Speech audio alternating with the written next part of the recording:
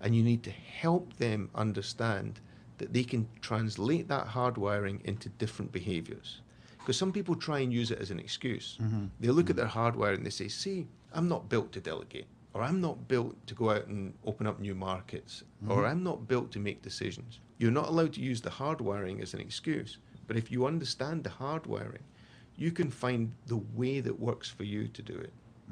And I use myself as an example. You look at my hardwiring, I'm not wired to be organized. I'm not a checklist person. But if I were never to follow up on things with clients or to turn up late for a program, that would be a disaster. I'm not allowed the luxury of saying, I don't have to do that. But the way that I do it is going to be different from the way that you would do it.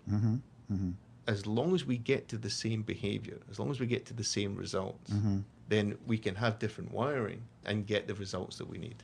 Right, right. Now, there's a lot of sports analogies that are used in business, and I've been thinking lately in particular, in many ways, though, it's a lot easier than business.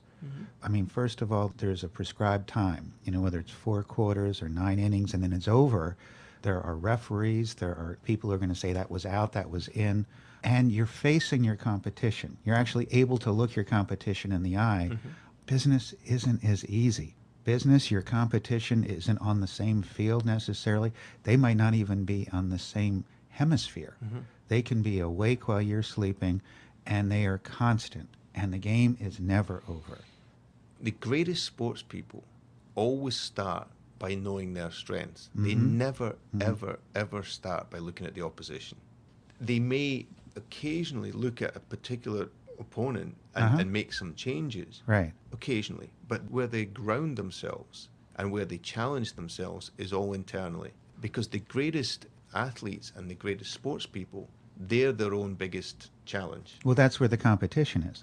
The competition is with themselves. Exactly. And that's where business can make it work. Forget the competition, because quite frankly, in today's complicated world, you don't really know who your competition is. And you can spend all sorts of energy and marketing dollars trying to find out something that might not necessarily help you. Spend the time knowing your people. It's your people that will generate the results. That's very true, George. We're going to be talking now with Marcy Payne. Marcy is the Senior Vice President of Associate Relations and Talent Management at TCIM Services. And TCIM has developed a really comprehensive program for identifying and developing their leadership. Thanks so much for taking the time to talk with us today, Marcy. Thank you. I appreciate the opportunity. Tell us first a little bit about TCIM. I know TCIM has been around for 20 years now. How are things now? I mean, with the economy being what it was, how has that affected you? Well, I think right now, with the partners that we have, we're still seeing hiring pretty efficiently and effectively within our communities that we're in with our centers. And with the clients that we have and the partnerships, we're seeing business grow. So fortunately, we're in a situation where we're continuing to hire. What we're looking to do is really build on our strategy of hiring the right people and making sure that we have the right leaders in place to be efficient and effective in our management of our business. Now, when you say making sure you have the right leaders in place, how are you evaluating leaders? How are you looking to people who have the potential to step into those positions? What we are doing is, we're really looking at reorganizing our strategy. So it starts with our executive management team, and we're really the voice of the strategy and play a very visible role and active role in leadership development. So we continue to focus on development on every level and succession planning with all of our teams to be more effective. And then we focus a lot on delegating. So we're identifying and tapping into the strengths of others inside and outside of our organization. And, it's about influencing as well. So a leader has to be a strong influencer. It's really about bringing in and developing the best people and driving a culture that instills commitment and dedication from all of our leadership. How can you tell if a manager has what it takes to move into a leadership position? What do you look for? It requires an ongoing analysis and alignment of leadership skills to strategy. Being able to really energize a team and excite them to the ultimate goal, which requires inspiration.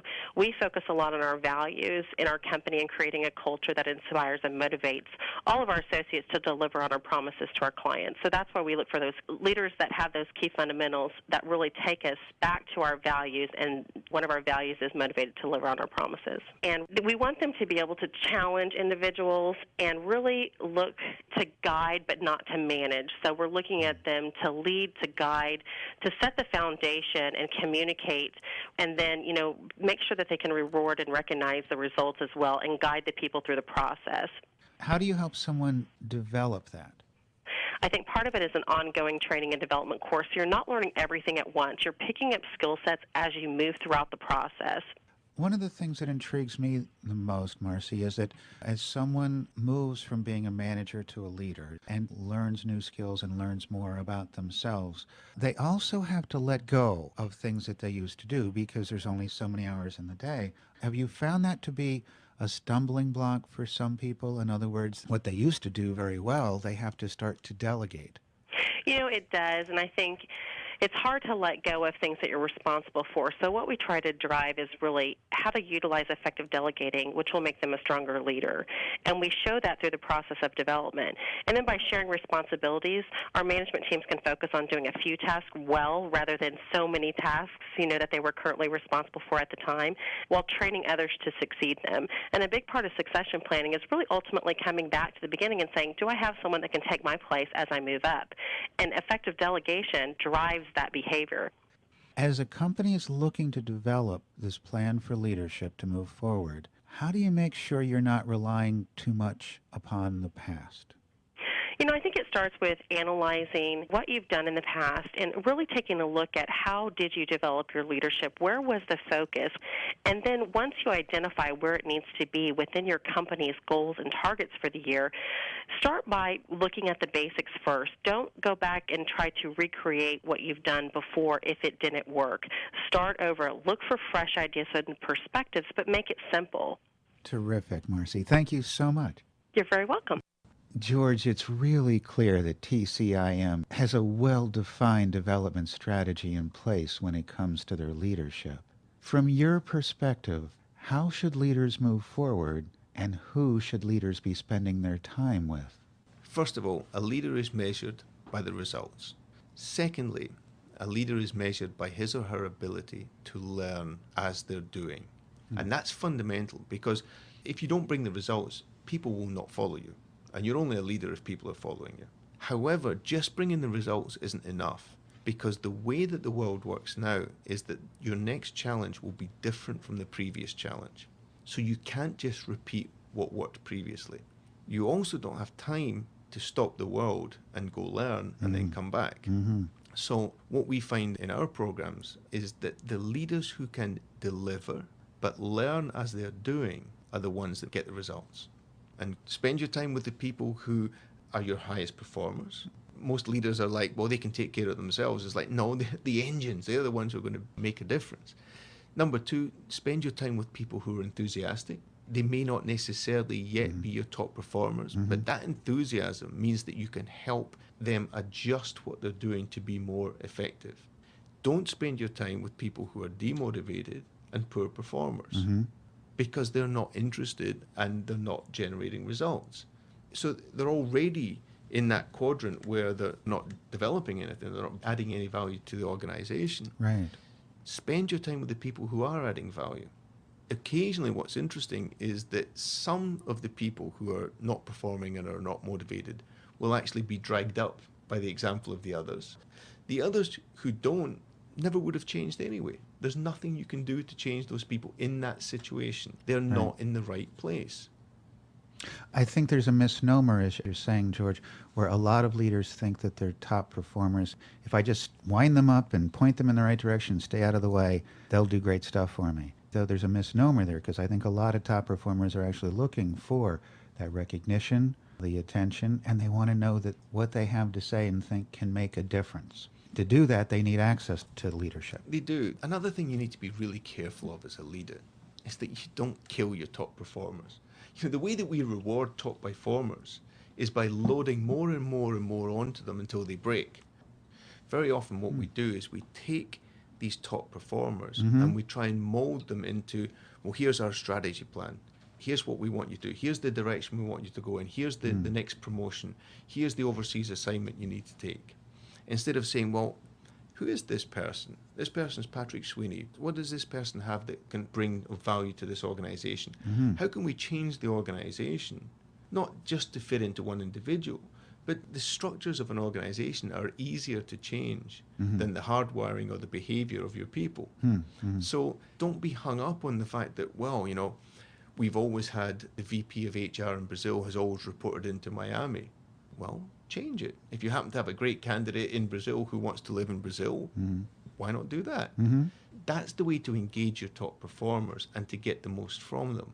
That doesn't mean to say that you throw out all the controls and processes and you just say to the people, whatever you want to do goes. That's not the same thing, but it's understanding that you have these people, and these people have special talents and experiences that they can contribute, and it's easier to change the processes of the company than it is to change the people. Excellent, George. Thank you. Lots of great thoughts, lots of great information there. One last thing before we let you go. What advice would you give to a leader who is looking at this for the first time in terms of how to set up either a coaching program for him or herself or a leadership program for their team? The first thing that they need to do is to look at the business. What does the business need? What's the change that you need to see in your team? And how are you going to measure that? Don't start with a program. Don't start with a solution. What do you need to do as a business? Then look at ways in which you can get the people to learn and do at the same time. So all of the programs that we do, the participants are working on real business needs, not case studies, not projects that may be nice to have. They're absolutely fundamental to the success of the organization that bring in a financial benefit. I think some of our programs are some of the only programs in the world that actually generate a profit, because part of what they're doing is literally they have financial metrics within the project so that people know that the project's important. It more than pays for the project. Our job as experts is to help people learn as they're doing. Our job isn't to take them out of that and give them a couple of tools and techniques and then hope that they will be able to translate that back into their day-to-day life. Now, it may be coaching, it may be a program. It's usually a combination of them, but the shape of the development program will be determined by the business need. Start with what's the change that you need to see in your team? Why is that important to the business? And how are you going to measure success? Once you've got that, then it's easier to see what's the appropriate tool to use, what's the appropriate shape of a program, and it's easy to show the return on the investment. Excellent, excellent. Great, George. Thank you so much. It's a pleasure as always. Great insights, George. Thank you. Let's close now with a few words from Herb Greenberg, Caliper's founder and CEO.